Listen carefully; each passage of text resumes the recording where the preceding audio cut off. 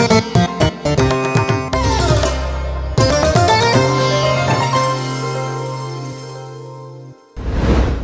প্রিয়জনেরা, প্রভু যীশু খ্রিস্টর নামে সকলকে জানাই অভিনন্দন। কেমন আছেন? ভালো আছেন তো? আজ আমি সংকটে আছি। ভবিষ্যতে যে কি করব আমি বুঝতে পারছি না। কখনো ভয় করবেন না, কারণ ঈশ্বর আমাদেরকে সাহায্য করবেন। ঈশ্বর প্রতিদিন আমাদের সাথে কথা বলে। আপনি কেন ভয় করছেন? আপনি বলছেন সমস্যাটা বড়।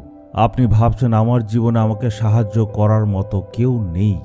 আমার কর্মস্থানে কত অশান্তি, পরিবারে অশান্তি, আমি যে কি করব? আমি একটা ফাঁদের মধ্যে আটকে গেছি।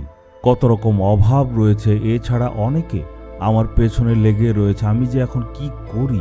আপনি দুশ্চিন্তায় আছেন, কিন্তু ঈশ্বর একটা প্রতিজ্ঞা করছেন, আমি তোমায় উদ্ধার করব।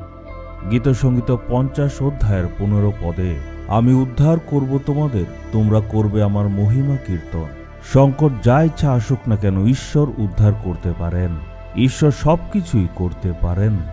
আপনি হয়তো বিরাট বড় একটা আর্থিক সংকটের মধ্যে আছেন, বা হয়তো অনেক মানুষ আপনার বিরুদ্ধে কাজ করছে, কিন্তু ঈশ্বর আপনাকে উদ্ধার করতে পারেন।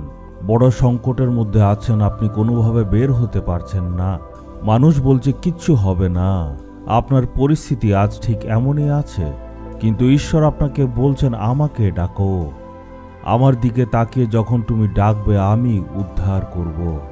আমি একজন ব্যক্তিকে জানি, একটা বিরাট বড় চা পাতার বাগান রয়েছে, এস্টেট বলা হয়। সেখানে সে ম্যানেজার রূপে কাজ করে। এই চা পাতার বাগানের ম্যানেজার ছিল। যারা বাগানে কাজ করত তাদের সাথে ওর সবসময় সমস্যা চলত। প্রায় সেখানকার কর্মচারীরা আন্দোলন করত। এই ব্যক্তিও খুব কঠোর ছিল, কারোর প্রতি দয়া করত না। সে নিজেই বলতো, আমি খুব স্ট্রিক্ট মানুষ। এই জন্য সে গরিবদের প্রতি, কর্মচারীদের প্রতি কোনো রকম দয়া দেখাতো না। এই জন্য যত কর্মচারীরা ছিল তারা সবাই মনের মধ্যে চিন্তা করলো, এই যে ব্যক্তিটা আমাদের ব্যাপারে কোনো চিন্তা করে না, আর আমাদের উন্নতি আটকানোর জন্য সব সময় এ চেষ্টা করতে থাকে। কোনো না কোনোভাবে চাকরি থেকে একে বের করতে হবে। তখন তার বিরুদ্ধে তারা কাজ করতে লাগলো। তারা বিশাল বড় একটা আন্দোলন করলো, আর এই ব্যক্তিটাও তাদের বিরুদ্ধে উল্টা পাল্টা কথা বলতে লাগলো। তাই সবাই মিলে তাকে মারার চেষ্টা করলো। সে দেখলো তার ঘরের চারদিকে লোকেরা ঘেরাও করে ফেলেছিল। যদিও তার জন্য একজন সিকিউরিটি গার্ড ছিল, কিন্তু একজন দিয়ে কি হবে? সে যদি ঘর থেকে বের হয় তখনই তারা তাকে মারবে এমন পরিকল্পনা করছিল, কিন্তু সে ঘর থেকে বের হচ্ছিল না। চা বাগানের মালিকের কাছে ফোন করে বলল, আপনি সাহায্য করুন। মালিক তো যে এইখান থেকে অনেক দূরে থাকতো, সে বলল, আপনি তো ম্যানেজার, এমন কঠিন পরিস্থিতিতে কিভাবে সামলাতে হয় সেটা তো আপনার জানা দরকার। আপনি নিজে সব কিছু সামলে নিন। এমন বলে মালিক সমস্যাটার থেকে দূরে চলে গেল।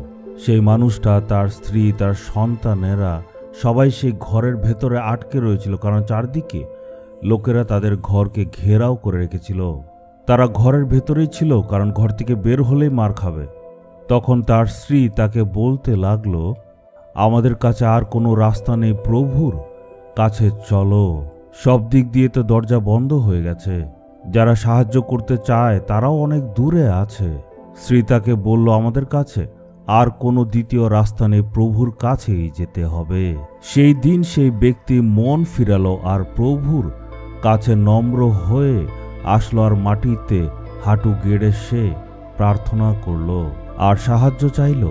এর আগে সে নিজেকে খুব বড় একজন মানুষ ভাবত, আমি তো বড় একজন ম্যানেজার, এমন তার অহংকার ছিল।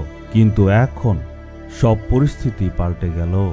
পরিস্থিতি তার বিরুদ্ধে চলে গেল। তার চারদিকে এত সমস্যা ছিল যে প্রথমবার তার চোখ দিয়ে জল বেরোলো। প্রথমবার সে প্রভুর চরণে আসলো আর বলল, হে ঈশ্বর, এতদিন আমি নিজেকে খুব বড় একজন মানুষ ভাবতাম, কিন্তু এখন আমি আমার আসল পরিস্থিতি বুঝেছি। আমি আপনার কাছে ক্ষমা চাই। একমাত্র আপনি আমায় উদ্ধার করতে পারেন। যেই মাত্র সে নম্র হয়ে প্রার্থনা করল, ঈশ্বর তার প্রার্থনাকে শুনলেন। তখন যেই ব্যক্তিরা তার চারদিকে ঘেরাও করে তাকে মারবে বলে ভাবছিল, তাদের মন পাল্টে গেল। প্রভু একটা অলৌকিক কাজ করলো। যারা বিরোধিতা করছিল তারাই এখন তার কোনো ক্ষতি করতে চাইছিল না। এইভাবে ঈশ্বর সাহায্য করলেন। সেই ভাই সাক্ষ্য দিয়েছিল। সে বলল, আমি আগে নিজেকে খুব একজন বড় ভাবতাম, আমি তো একজন ম্যানেজার, সব আমি করতে পারি।